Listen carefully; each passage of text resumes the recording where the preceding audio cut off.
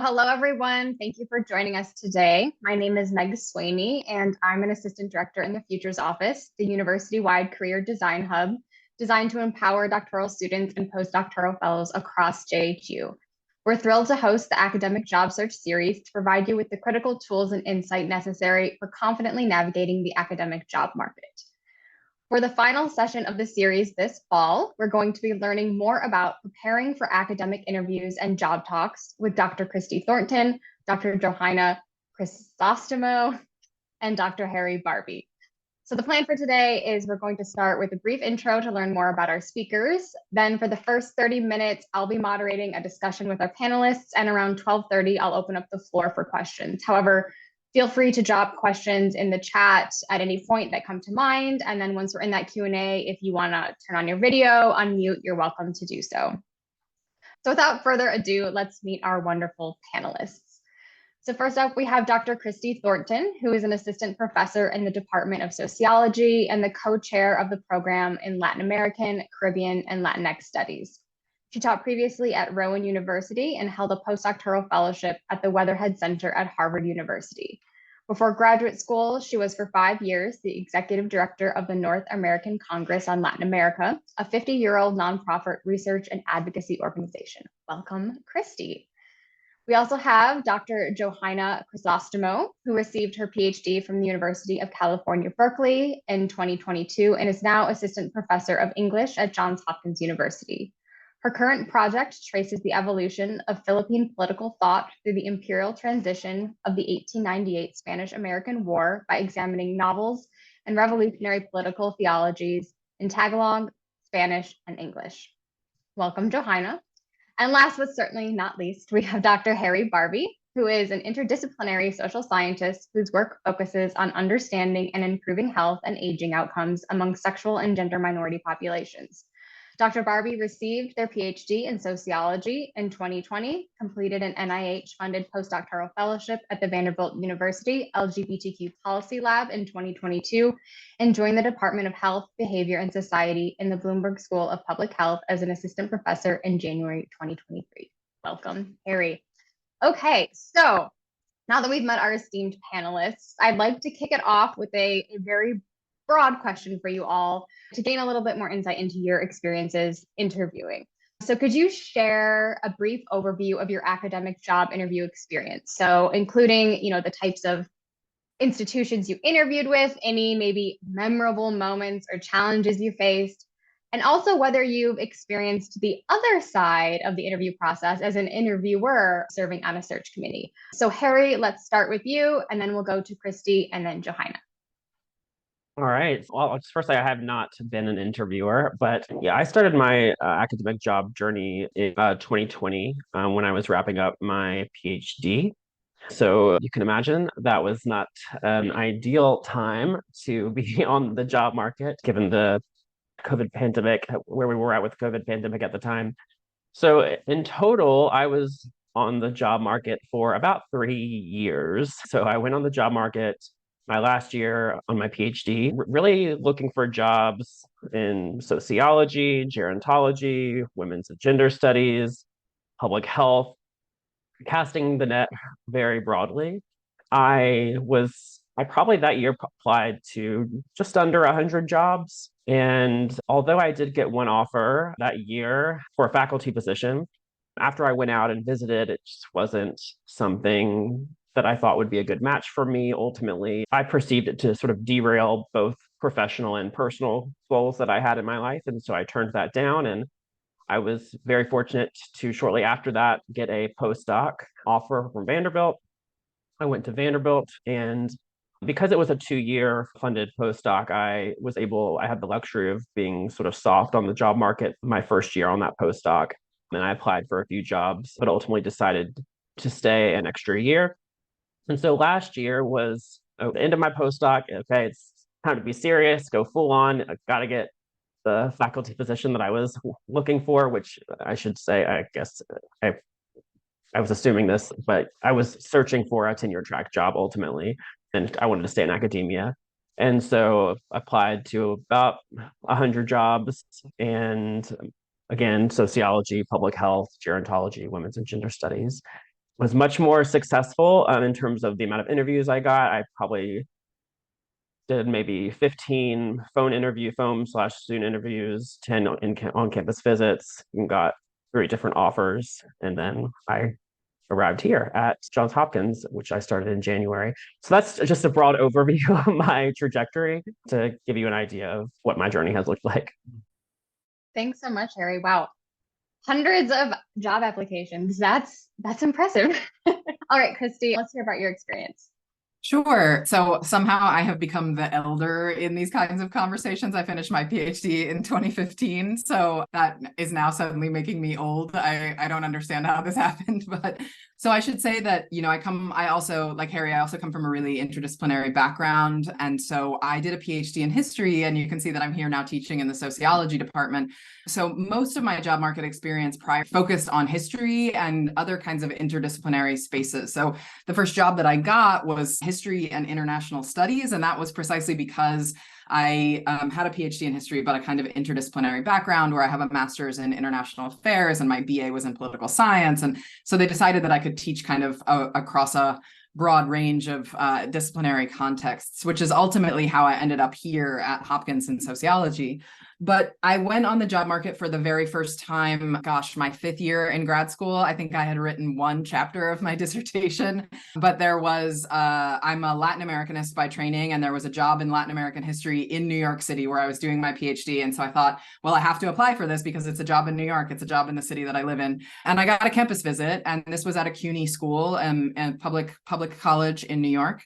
I got a campus visit. I had a really great experience. They ultimately went with someone else. I was actually very grateful that was the case because I was not at all ready to finish my dissertation and start in, especially at a CUNY school where the teaching load is relatively high.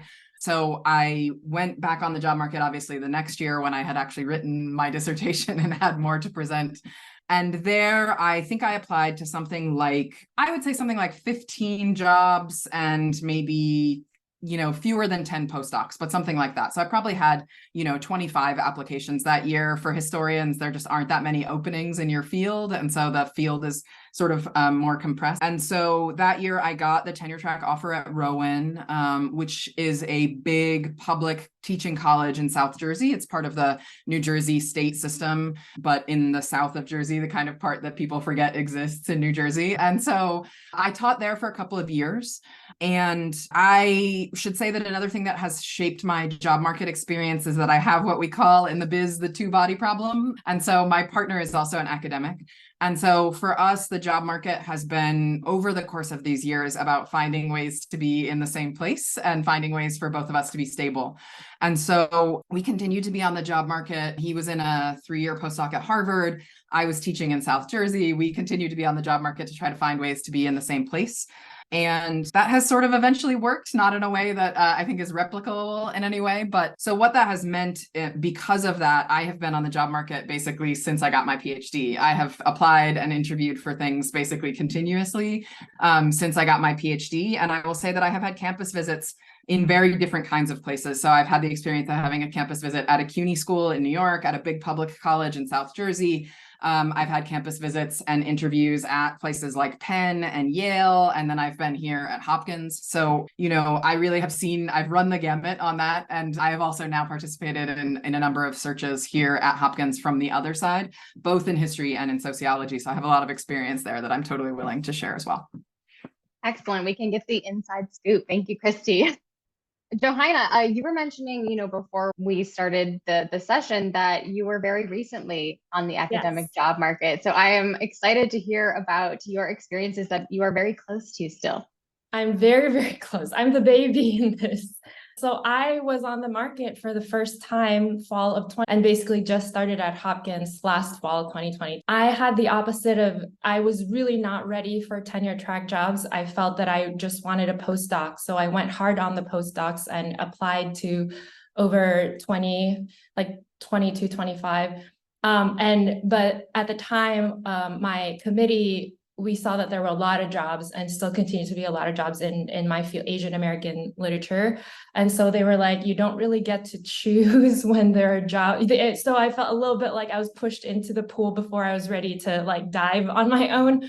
but I kind of made a deal with them, and I was like, okay, but I'm only applying to like 5 like top ones, thinking that, okay, this is a way for me to like, I won't get these jobs anyway, please them by like applying. So it ended up that I had 9 interviews in 4 days, which was really overwhelming for me, especially not feeling ready. But 5 of those interviews were just for the Princeton Society of Fellows.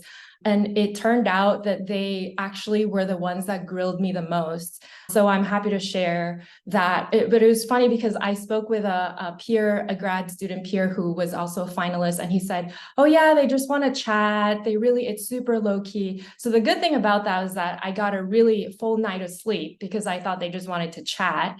And then it was kind of like, I felt like bullets were coming at me, and that was the only time I realized I was at war. But like, I feel like coming into it with like a calm center helped me navigate those questions.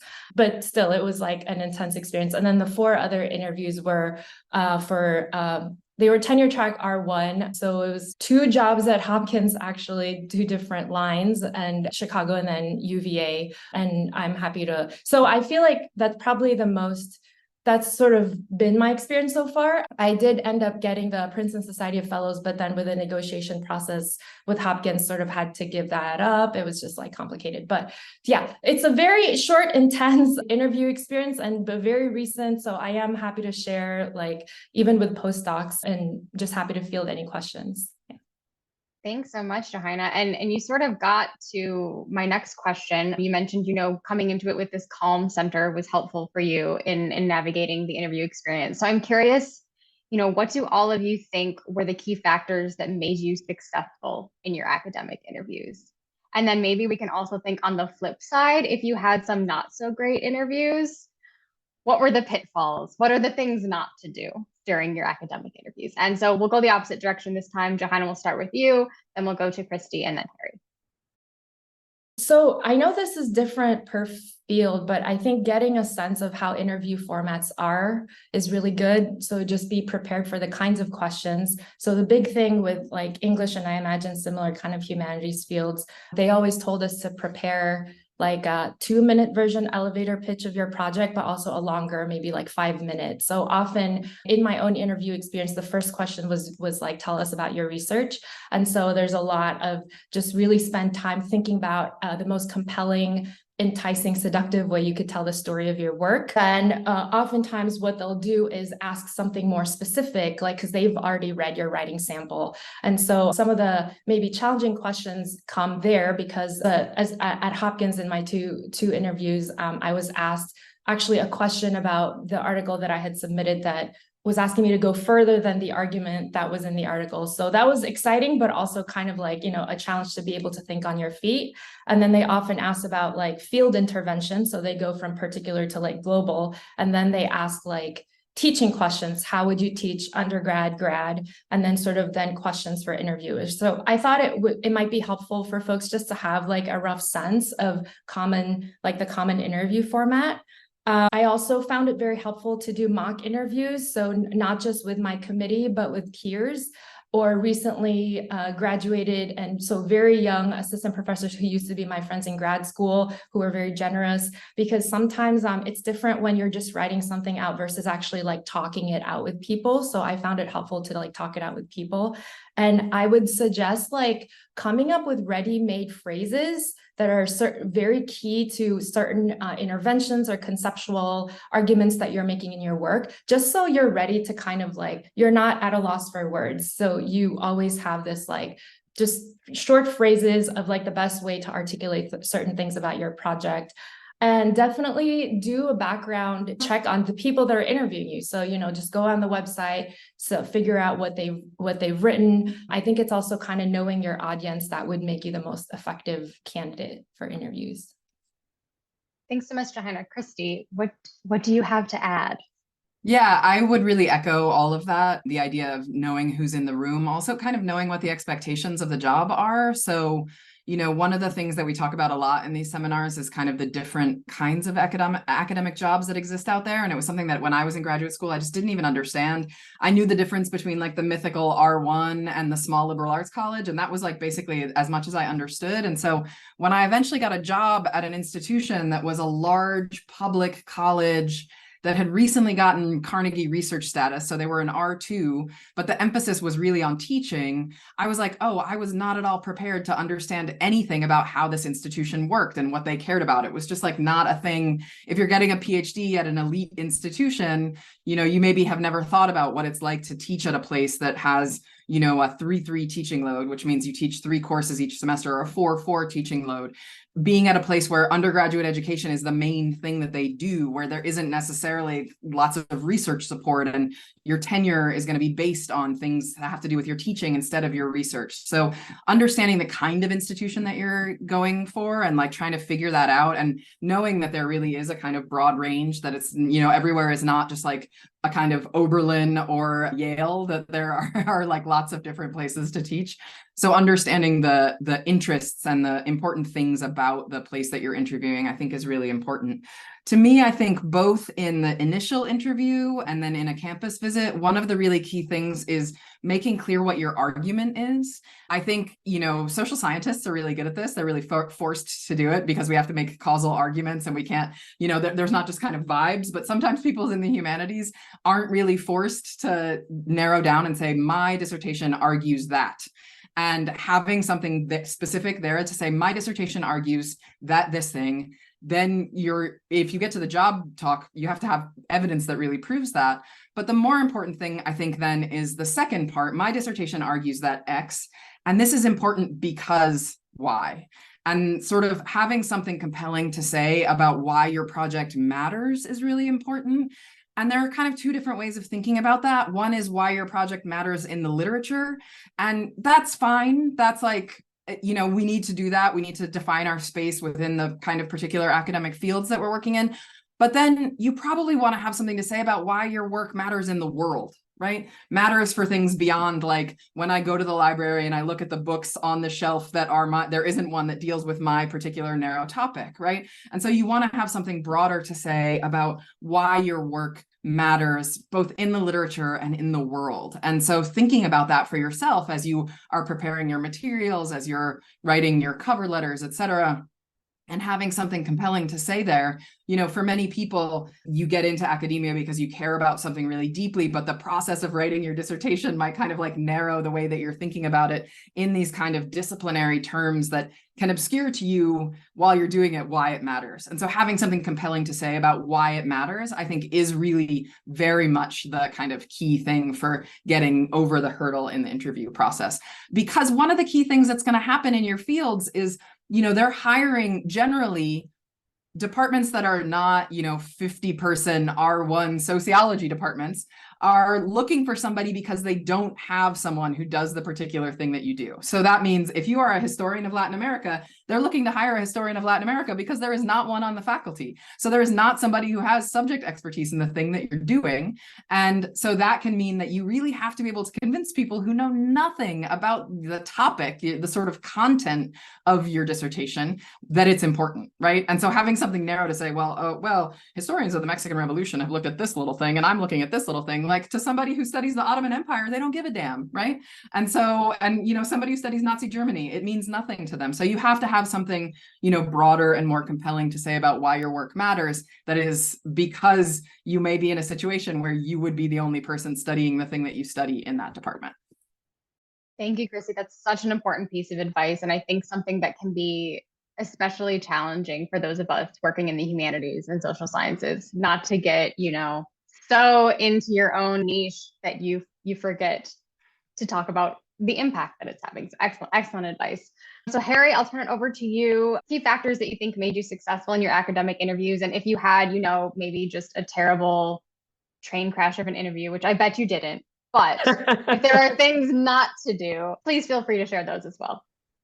Sure. So I'll just start off and say that, for these jobs, you're generally going to have a job ad that may or may not give you like clear expectations of what the job entails. And so certainly you want to use that to your advantage, but I would say don't only rely on that. And the reason being is that, in these sort of job recruitment processes, there are many confounding variables. There's no formula like that is only used. There's no sort of universal formula. And of course, you can't control other people's biases. And so you just never know. Like, these are real human beings you're interacting with real biases. And you just, you have to sort of leave some room for error. That being said, with regard to interviews, I would come up with sort of lists of sort of all these potential questions that I could be asked after researching the departments and just knowing sort of general questions one would be asked.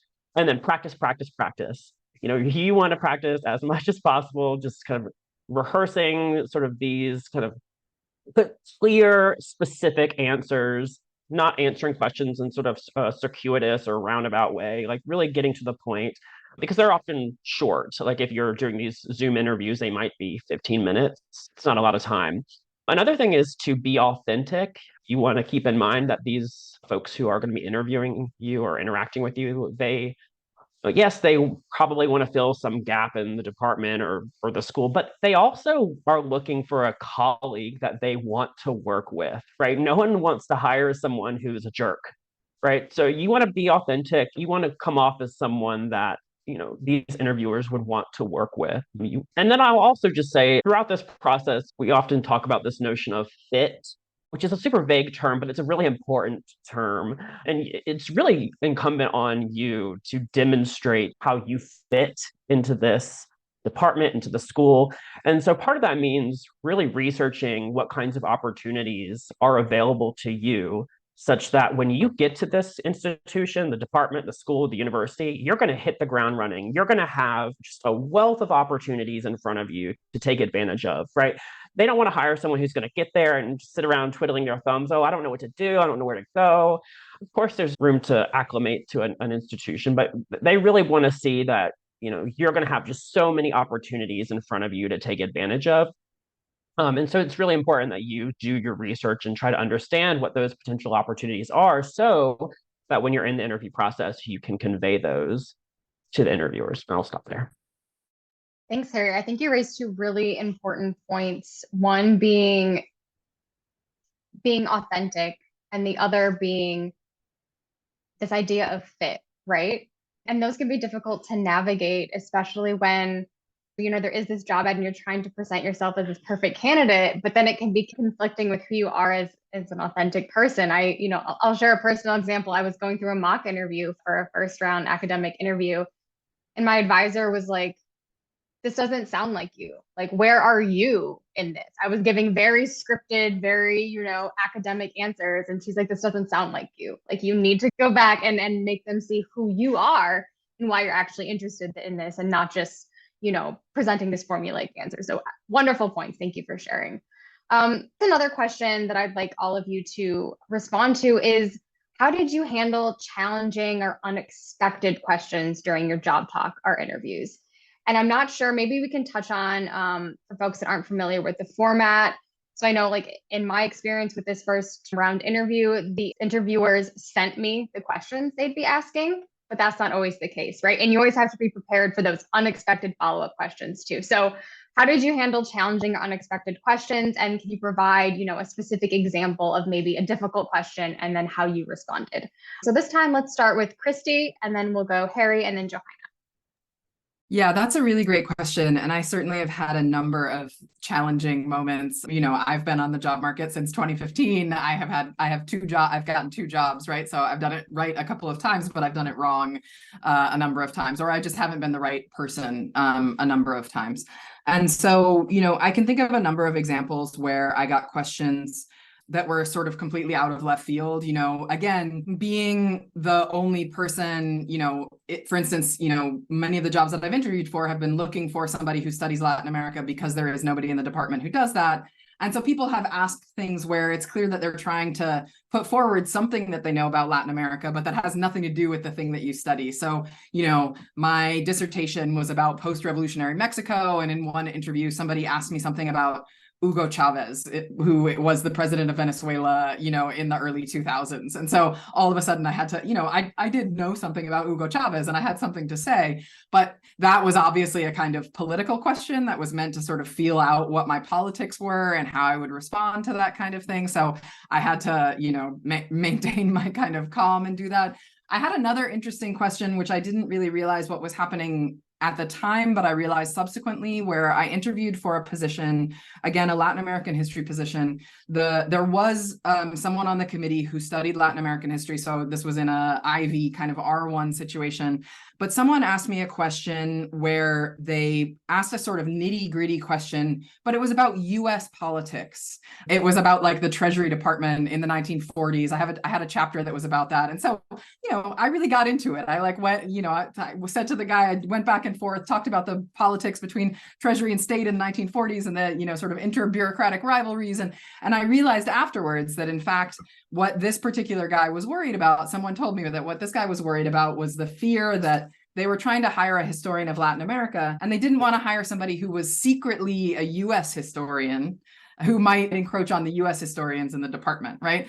And so he was feeling me out to be like, oh, what do you know about the Treasury Department? And it turned out that I knew a little bit too much about the Treasury Department. I had too much subject area knowledge about this thing that he was trying to. So if I'd been like, oh, I'm sorry, I don't really know about that, I'm just a little historian of Mexico, I might have had a different outcome. And so that one, I just didn't know that was going on. And again, some of that was about politics, some of it was about who my advisor was and how people in the field understood my advisor and like the books that he had written.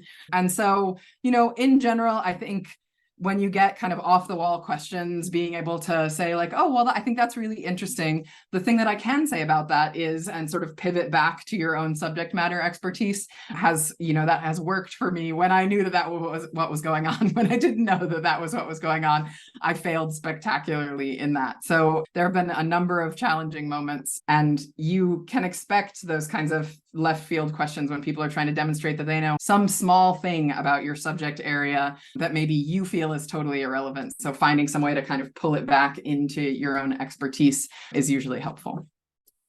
Thanks so much, Christy. And it also makes me think of the fact that there can be hidden agendas that you as an interviewee are not privy to. And so you can give a spectacular interview, but if there are these, subtexts going on that you're not aware of, it doesn't mean you didn't do a good job if you don't get it. It just means that you weren't the candidate they were looking for, right? So I think that's a wonderful example. Thank you. Harry, what were some challenging or unexpected questions that you dealt with, and how did you respond to them? Challenging questions are absolutely par for the course. They're going to come up in one way or another. I guess there have been some instances where, whether it was in a preliminary interview or a job talk, where I was asked a question where I just did not know what the answer is. And I would just say to that, I think it's actually okay to say when you don't know something, because it lends to your authenticity, because we don't know everything. But just because you don't know something, you should still keep your eyes on the prize, right? Like, how can you sort of pivot to sort of bring it back to whether like something not just something you do know, but something that demonstrates your fit, right? So I don't know, you get a question, I don't know, but there's some people working in this center that I'm really interested in collaborating with to answer these questions, right? Just to show that, yes, maybe you don't know, and that's okay, but also have something smart to say, not just, oh, I don't know. And then, one question that I received during a job talk, which was sort of off the wall, was, so my job talk was broadly about sort of people's subjective experiences of aging and how those experiences relate to their health outcomes. And I received a student who I think it might have been from a graduate student, and they asked me was broadly what my thoughts on Michel Foucault were. My work does not engage Michel Foucault at all. And so, that was a bit of a challenging question. I had experience like dating back to my first couple of years in grad school when I took my theory courses, but I just don't engage Foucault that much. And so I think in that instance, I sort of, pivoted a little bit. Well, I don't really engage. I think he has some interesting things to say about the world. But ultimately, my work focuses on these theoretical approaches. And here's how I'm trying to, move those theoretical approaches forward in my own work. On a different note, when I did a campus visit, I had a one-on-one interview with a faculty member. Once when you go to visit campuses, they'll sort of cart you around and you get all these one-on-one interviews. And this person asked me sort of out of the blue, what was the last book that I read for leisure? Now, I read a lot, as a scholar does, but for my leisure time, with the limited amount of time I have, I don't read for leisure. That's just not something I spend my time doing. And for leisure, some people do. That's fantastic. I do other things in my leisure time. And so in that moment, I was like, okay, I don't know if I can say that, because it's going to make me come off as like this sort of like uppity like scholar, like I just I'm too busy with my work. I don't have time for leisure stuff. But I also wanted to answer the question too. I didn't want to evade his question. So yeah, I mean, I shared some just what I did in my what I do for leisure. But I frankly just I don't think he was very impressed with my answer. I don't think it worked very well. But I mean, that could be just be an example of like sometimes you're not gonna answer the question right. Sometimes you're not gonna please whoever is asking the question. Sometimes people are looking for super specific things. You'll be judged for some things in ways that you can't always control. But you know what? That's fine. So, those are just two examples of sort of random questions I was asked. But I mean, broadly speaking, I would just say, like, always keep your eyes on the prize, find ways to demonstrate fit, answer questions in ways that demonstrate fit. Thanks so much, Harry. Johanna, what have your experiences been with those difficult questions? Yeah, I think as much as you can, try to already anticipate what those are. And it's not like, I don't think in an interview setting is the first time you'll encounter them. Certainly when you're already writing the dissertation, talking to them with your committee or other people, there are already these like areas where potential loopholes in your argument. And so I think it's really wise to just anticipate those, because I was able to anticipate several of them. And I think that's actually what helped me when I was in the grilling situation. I already kind of knew what they might be asking. So one question I was asked by, I think like 3 out of the 4 institutions, only Hopkins did not ask this actually, was why aren't you, because my work deals a lot with a Catholic political philosophy, especially in the Philippine revolutionary context. So I was asked, why aren't you studying the Muslim South of the Philippines? And then, well, I kind of, because I anticipated that the political structure now known as the Philippines actually looked very different in the time period that I was studying, and actually like the Muslim South didn't consider themselves part of Las Filipinas. So just knowing the history was like really helpful. The other question that I kept getting was, aren't you kind of approaching these political theories in a reductive manner, like kind of making this like straw man, like Catholic versus Protestant? And I think like if you get those questions, I think it's important to just realize that you are an expert in what you're studying. And so to go back to your own sources, well, that's how these very Catholic Filipino thinkers were interpreting Protestantism. So you're going back to something specific that is still kind of like you're very comfortable to talk about, right? Because you are an expert in that field.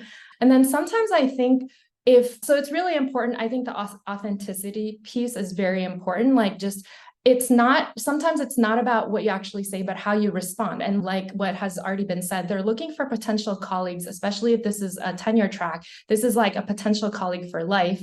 So sometimes if you don't know, what you should not do is like get defensive or start BSing answers, because they're going to see through that. So if you don't know, it's actually, like humility is fine. Intellectual humility is fine. And just admitting that. Or so I remember in my job talk at Hopkins, I was asked the question that I was like still really wrestling with a project as a whole. And it was right for my senior colleague to ask me that. But it's basically like, how does the political philosophy have an impact on the aesthetic form, like the formal aspect of the novel? And then, so I actually just said out loud, like, actually, this is a question that's at the forefront of my mind. And you can venture out an answer, which shows them that you've taken the time to think about it, even though you don't have a fully fleshed out answer right now. So, I said something like, I think it comes out in characterization if it's really a question of like a social contract, individual versus society. It's, characterization as a kind of experimentation and social personhood, something like that. But it's good to just like continue to engage and be curious about the question and talk it out with them, because ultimately they're trying to look for people that they could have like intelligent conversations with, and ultimately you could think of it, at least this was helpful for me to get the anxiety and the pressure out, is to think of it as just having a conversation with a group of very smart people, and the opportunity to just kind of geek out. And that's actually how I also approached the really scary 30-minute one-on-one meetings. I just felt like I want to geek out about Aquinas, and these people seem interested. And so I think the other thing I was going to say was I know this takes experience, and I don't think I was very good at it, but like sometimes it's important to hear the question behind the question, in that there could be a pointed question, but sometimes maybe think about what are the larger issues or problematic or themes that's being asked. And if you don't know the specific answer, then you can like smartly pivot and then maybe ask your own more interesting version of the question that you feel more comfortable like tackling. Thanks so much, Johanna. Those wonderful pieces of advice. I realize we're slightly past our 12:30, so I do want to turn the floor over to our participants to ask their questions. And I see we already have one in the chat, so I will start with that. But for everyone else, feel free to put those questions in the chat. Like I said, if you're comfortable unmuting, turn your camera on, you can ask them out loud as well. But we'll begin with a question thank you for sharing those helpful insights from your experience. I'm preparing for a campus visit and a job talk. Can the speakers talk about the job talk aspect? How did you prepare for it?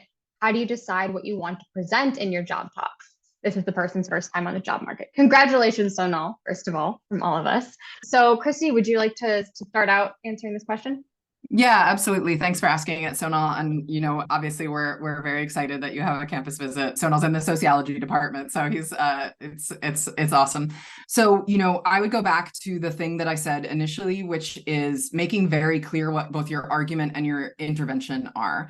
And so, there is kind of a format to these things. You put your argument out there when you're saying your intervention, you say something about the literature, then you go into your evidence, et cetera.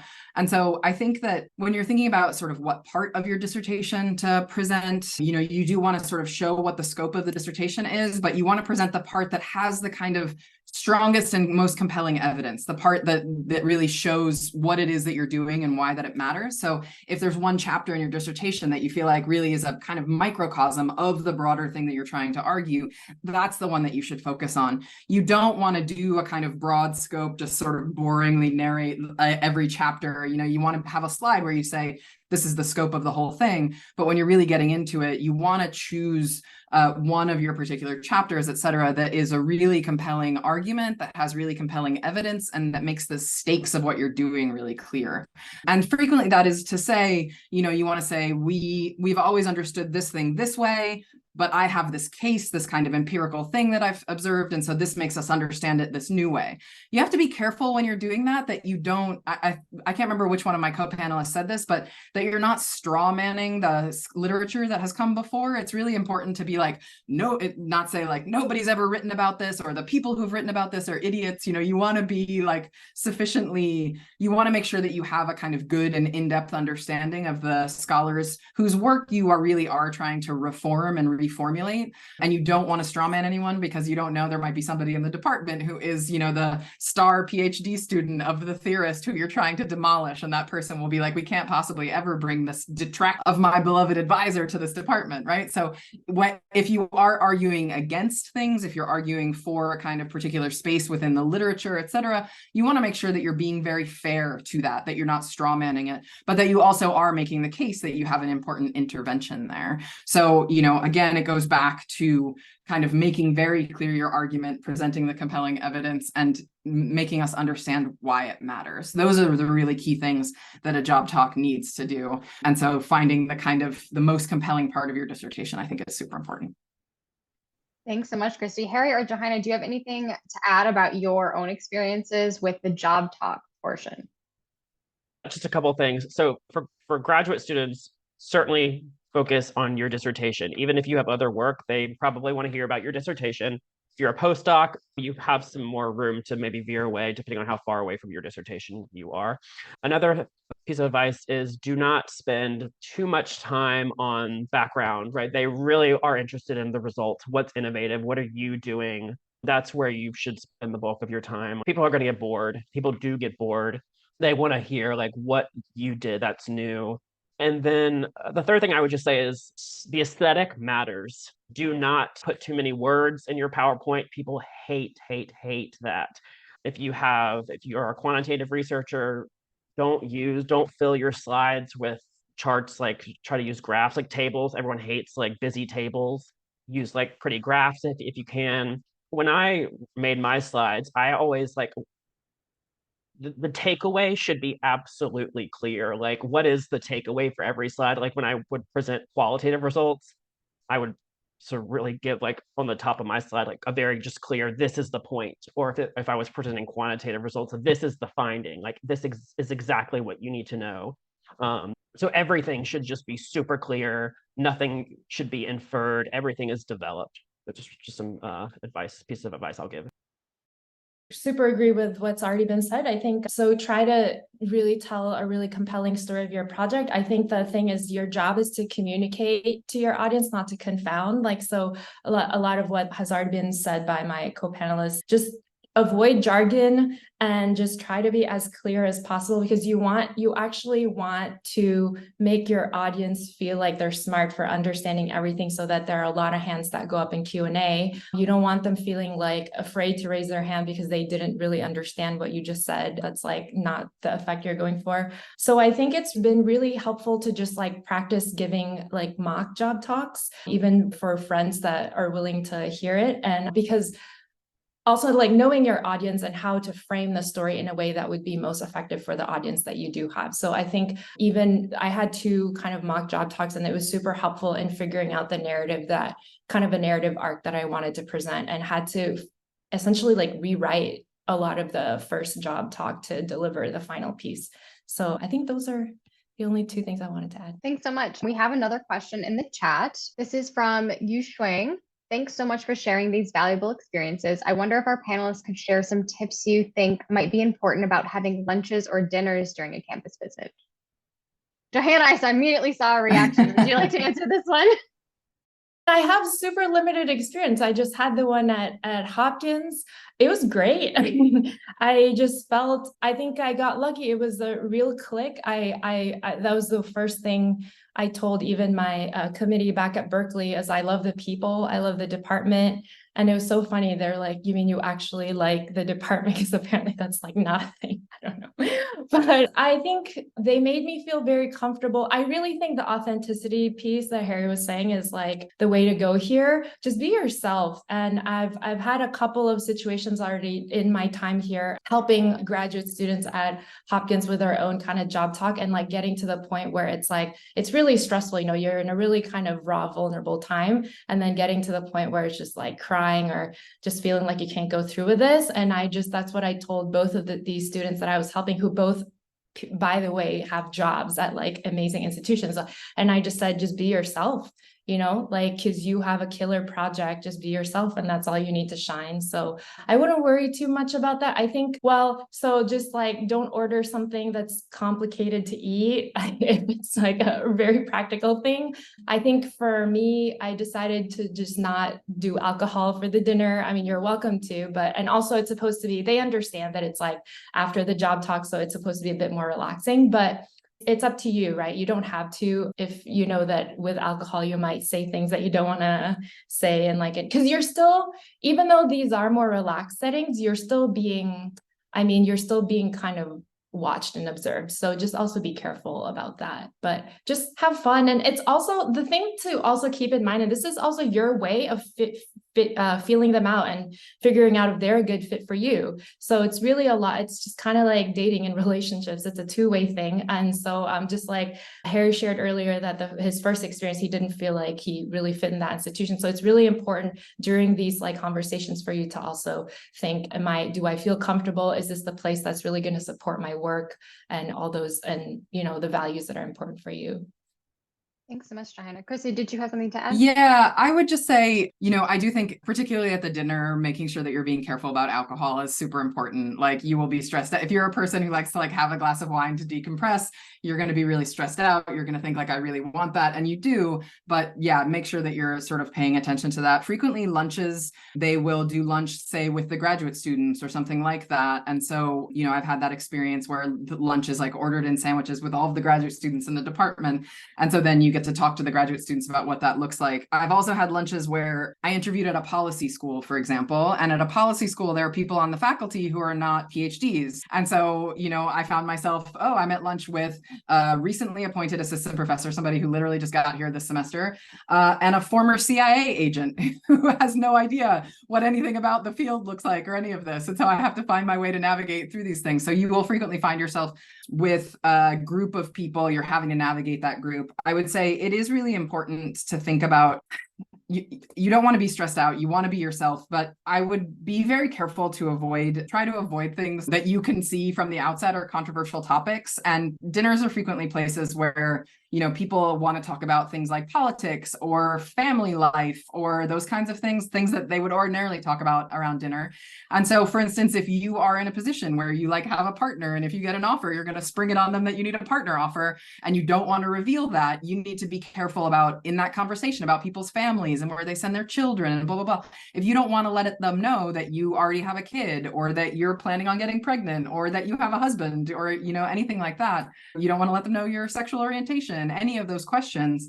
Those kinds of things will tend to come up at dinner when people are talking about, oh, this is what it's like to live in this city. This is where I send my kids to daycare and those kinds of things. So you do have to think a little bit about what parts of yourself you do want to reveal at that stage and what parts of yourself you think are important not to reveal at that stage. They are legally not allowed to ask you questions about things like family and marital status and, sexual orientation. But if those are going to come up, they are going to come up at dinner in ways that seem like they're not actually asking those questions. They are just talking about these things. So that's the place to be careful about that stuff. I will say that some of the like most nightmare job market stories I've ever heard have been about kind of tossed off comments at the dinner. Somebody who studies adoption in Guatemala and says something about, how anybody who adopted a baby from Guatemala would be a monster. And then it turns out that the search chair had adopted a baby from Guatemala. And so there's, crying in the car afterward, so I would say, try to keep your kind of political opinions and anything that you don't want to reveal about yourself personally, try to keep those things a little bit in abeyance, not don't be yourself, absolutely be yourself, but be yourself in a way that reveals what you are willing to reveal to this group of people at that particular stage. And it can be a stressful thing to navigate. So definitely avoiding alcohol, if that confounds that for you, is an important point. Thanks so much, Christy. Harry, do you have anything to add to their stage advice? Yeah, I mean, just keep in mind that you're still being watched, whether it's lunches with graduate students or dinners with faculty. These are often times where people like to get real chummy with each other and sort of hash out departmental drama. Certainly take mental notes, do not contribute at all. I mean, obviously, these are things you want to take mental note of if you're going to be a potential member of that department, but do not contribute in any way that could just really backfire on you. So that's all I'll add. Thanks so much, Harry. Are there any final questions? Anything you can put in the chat. Again, feel free to unmute, ask a question. If not, I have a final question. So, a lot of you have alluded to the anxiety, the stress, dissolving into tears as part of this process. I'm curious what advice you have for managing the stress and anxiety that often comes with these academic job interviews and jobs. We'll start with Harry. Yeah, well, first I'll just say, the academic job market it can be extremely rough, just, depending on just where you're at in your life. I was sort of putting my life on hold for 3 years, and just even if you're going on the market for the first time, you just like, where am I going to end up? Where's my life going to go? There's a lot of anxiety built into that. And I think it's really important to develop a support system, whether it's with your partner, your friends, mentors, and really have sort of just an open dialogue with that support system, so just that you're able to just sort of express yourself but also get feedback when appropriate as well. I had a really great support system. I had really great mentors along the way, and they were very generous about allowing me to vent. I think that's just really important, but also just, I think, try to maintain like a sense of excitement too, because although this is a really difficult process, it should be a really exciting time too, because you're making really important decisions about your future that could just create new opportunities for you, and you're forming your career, and so that should be an exciting time, and you should be able to value that experiences. Thanks. Christy or Johanna, any tips for managing stress and anxiety? Yeah, I think importance of community, friends, family. Definitely don't go through it alone. I'm very religious, so I think prayer was essential for me. I wanted to share. Well, so I also feel lucky that I had amazing mentors who were just with me every step of the way. And actually, one of my advisors just texted me this. I'm just gonna share. He texted me this about like when I was like feeling very vulnerable about the interview. He's like, 30 minutes before the interview, meditate, pray, contemplate, relax, take a walk. Don't think about the interview. Tell yourself affirmations. Take in the world around you. Look at the beauty that's there. The breeze, birds. He literally texted this. Flora, fauna, collect yourself. You got this. So that was just like really helpful for me. That's so beautiful. I love that. Yeah. The only thing that I would add is to just, you have to go into the job market kind of with open eyes. And the most important thing about that is that the numbers are against you, right? The number of PhDs who are produced every year in a given field vastly outweighs the number of jobs in a given field. Sometimes that ratio is 4-to-1, sometimes that ratio is 10-to-1, sometimes it's even worse than that. And so there are going to necessarily be incredibly qualified people who are not going to get the job, right? At the end of the day, they're going to bring 4 people to campus. Any one of those 4 people is probably awesome and could do it, right? And, at the end of the day, 3 of those people are not going to get it. And so trying to come up with ways that allow you to not sort of hitch your self-worth to the academic job market is really important, because as you go through this process, as you begin to get onto the time when you're on the market and you move forward, and maybe you get a postdoc, maybe you get your first job, maybe you end up, in a fellowship and you're trying to get a tenure track job, you're going to know a lot of people you went to grad school with who were amazing, and they won the amazing fellowships and they published the amazing articles, and they still don't have that thing that is the tenure track job. And it's not because they're bad scholars or bad people. It's not because they're insufficient. It's because literally the numbers are against them. And so, people who have the kind of time and the ability, the resources to be able to stick it out and keep doing it for years generally end up okay, right? But some people decide, like, I literally can't take this part of my 30s and, not get paid and, continue to try to slog through this, and so make other decisions. So just knowing that, if you are not, and we're really bad at this in sociology has these like rankings, and if you read the job market rumor board, who's the best candidate this year, in a way that is like should be anathema to the way that we actually understand the world and we understand how these things are constructed, and yet we participate and reproduce them constantly. So not paying attention to that, not thinking that your inherent worth is tied to this, and not thinking that the person who gets that job at the Ivy place is somehow better than you, right? It is about all of these kinds of contingent factors that you're not going to have control over. You can put your best self forward, and the kind of odds are really stacked. And so maintaining your own sense of self-worth in the face of that is a really difficult thing. So these other strategies about having friends and family and community. And another thing that I always say is like really thinking about what you value, right? Really thinking about what part of this job is really important to you, what part of being an academic. And so are there other places I could get that?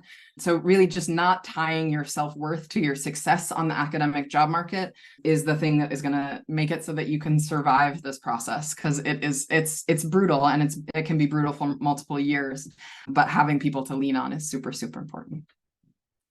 Thanks so much, Christy. We are more than our PhDs, right? Absolutely. I realize we're over time. There's one question in the chat. So I wonder if, Christy, I could kick this to you and maybe just take like 30 seconds to quickly answer it. But the question is that sometimes campus visits include meetings with deans or provosts. Could you give advice about those conversations? Totally. So the meeting with the dean or the provost is almost entirely for them to sell you on the place.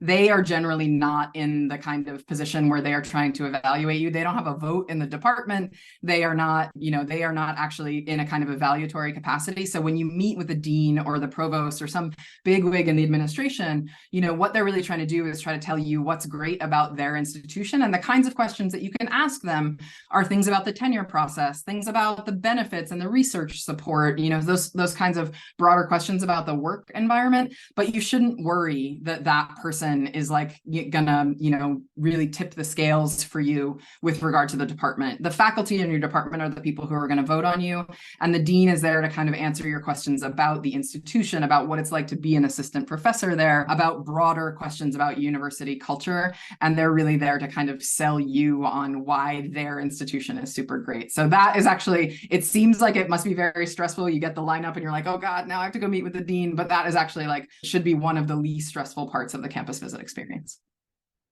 Thanks so much, Christy. That's super helpful to know.